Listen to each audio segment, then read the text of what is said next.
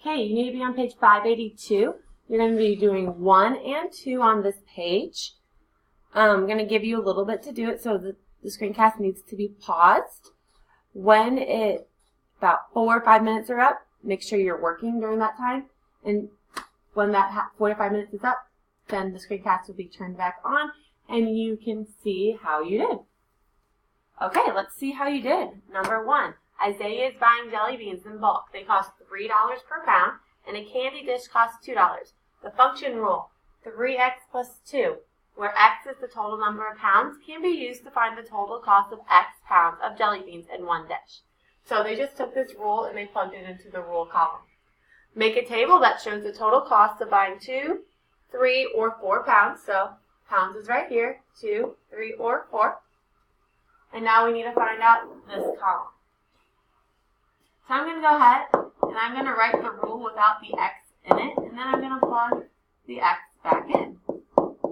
So the 2 goes in, the 3 goes right here, and the 4. So 3 times 2 is 6, plus 2 is 8.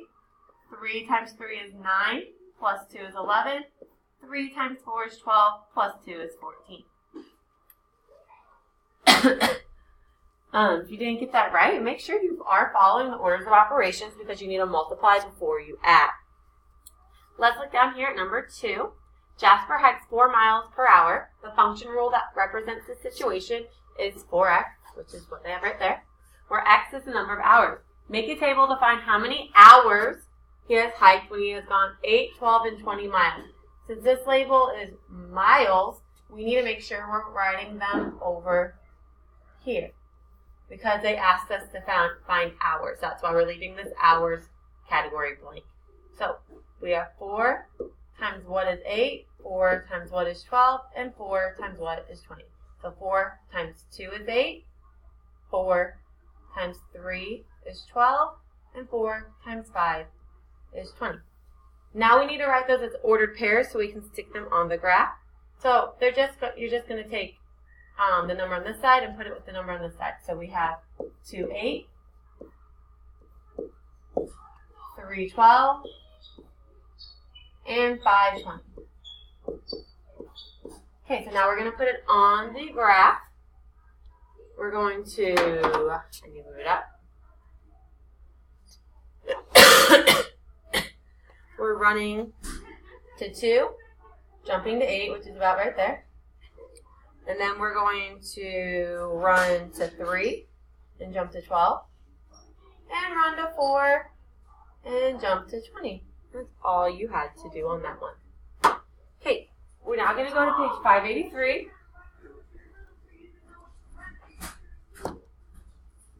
And you need to be working on 1, 2, 3, and 4. I'm going to give you about 5 minutes to do that.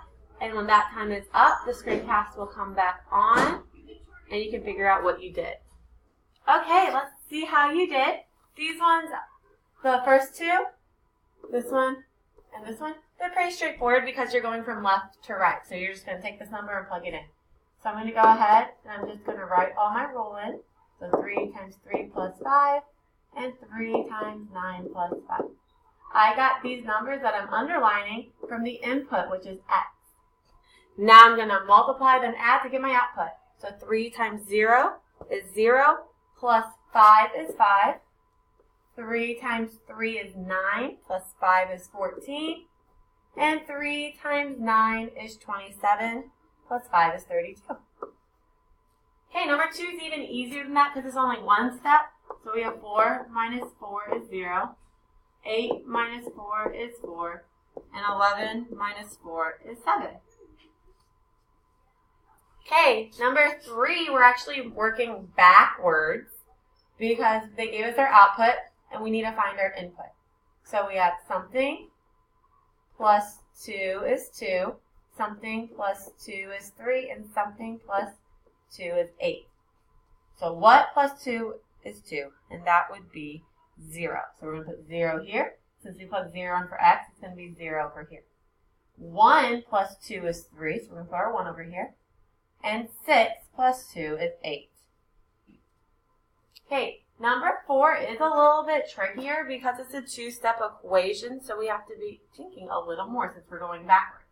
So we have to think 2 times what plus 4 equals 18, 2 times what plus 4 equals 22, and 2 times what plus 4 equals 34. Okay, so this one's going to go a little differently because it's a two-step problem. So we're going to do 2 times what plus 4 is 18, 2 times what plus 4 is 22, 2 times what plus 4 is 34. So we're going to come over to the side and we're going to have to show some work. Yes, work. I know how much you love it, but you have to do it. First thing we're going to do is look right here. When we need to get that to this side, so the opposite of adding 4 is subtracting 4.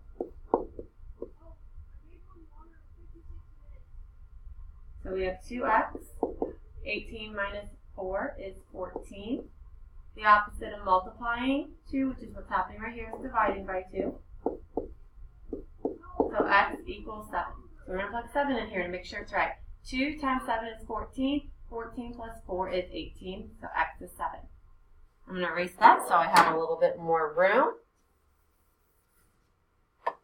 So I have 2x plus 4 equals 22. The first thing we're going to do is make this 4 go to that side. To do that, we need to subtract 4. So 2x equals 18.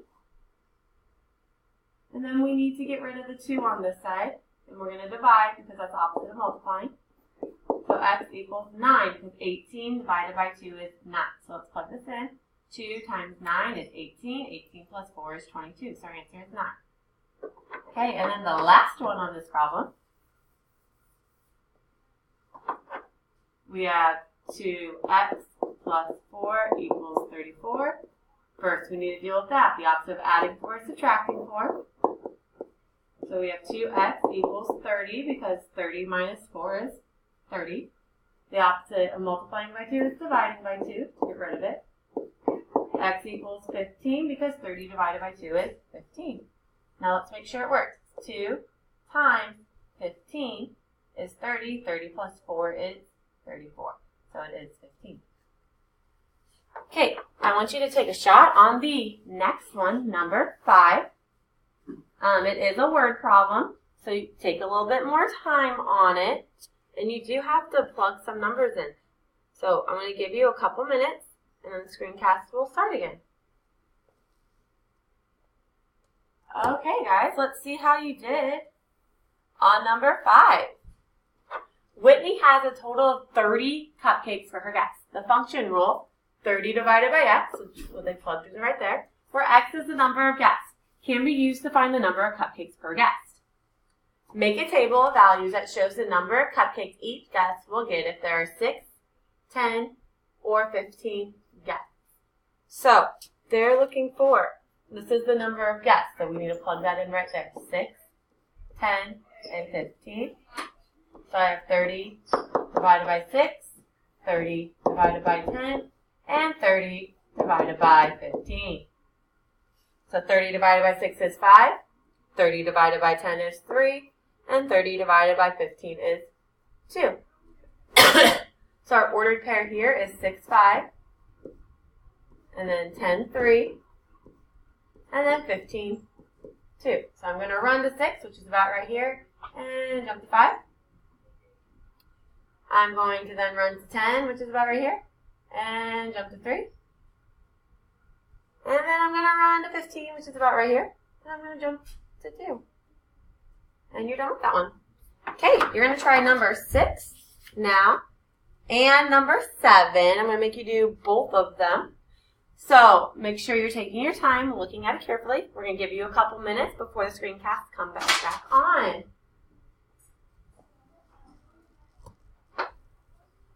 Okay, let's see how you did on 6 and 7. Follow rollerblades 8 miles in 1 hour. The function rule that represents this situation is 8x, and they plugged it right there, where x is the number of hours. Make a table to find how many hours she skated when she traveled 16, 24,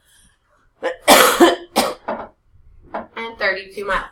So miles is our label, so we need to put 16, 24, and 32 in the miles category. So 16, 24, and 32. So 8 times what is 16, and that is 2. 8 times what is 24, and that is 3. And 8 times what is 32, and that is 4. So those are our numbers. Our ordered pairs then would be 2, 16, 3, 24, and 4, 32. So we're going to run to 2, jump to 16, which is about right there. Run to 3 and jump to 24. And run to 4 and jump all the way to 32. So that's all you had to do on number 6. Number 7, refer to exercise 6, which is this one right here. How many miles did Bella travel? She skated for 7 hours. So what we're going to use is we're going to use that function rule right there, 8x, because 8x stands for how many hours. So we're going to plug 7 in for x. Remember, when a letter and a number are next to each other, that means multiplication.